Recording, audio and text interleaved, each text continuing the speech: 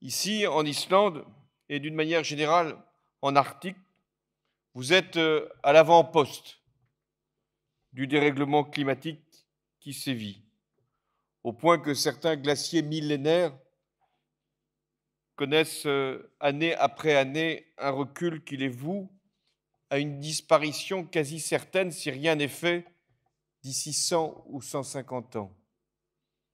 Alors on pourra se dire que dans 100 ou 150 ans, il n'y aura plus de glaciers et que notre génération, celle qui suit, sera la dernière à pouvoir connaître cette merveille du monde.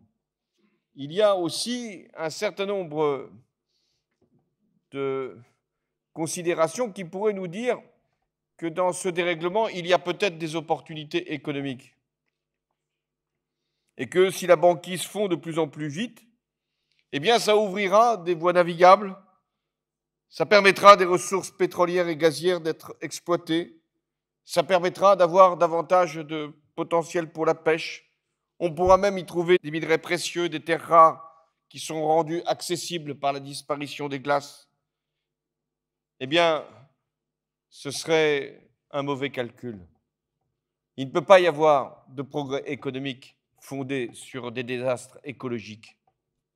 Il ne peut pas y avoir d'avancées scientifiques qui seraient simplement fondées sur un désastre environnemental. Nous avons donc le devoir de nous mobiliser et la France elle-même fera tout ce qu'elle pourra ici, dans cet extrême nord de la planète, pour agir, pour mobiliser, ils le sont, ces chercheurs, ces entreprises, et pour nous permettre de préserver cette partie du monde qui est sans doute l'une des plus belles.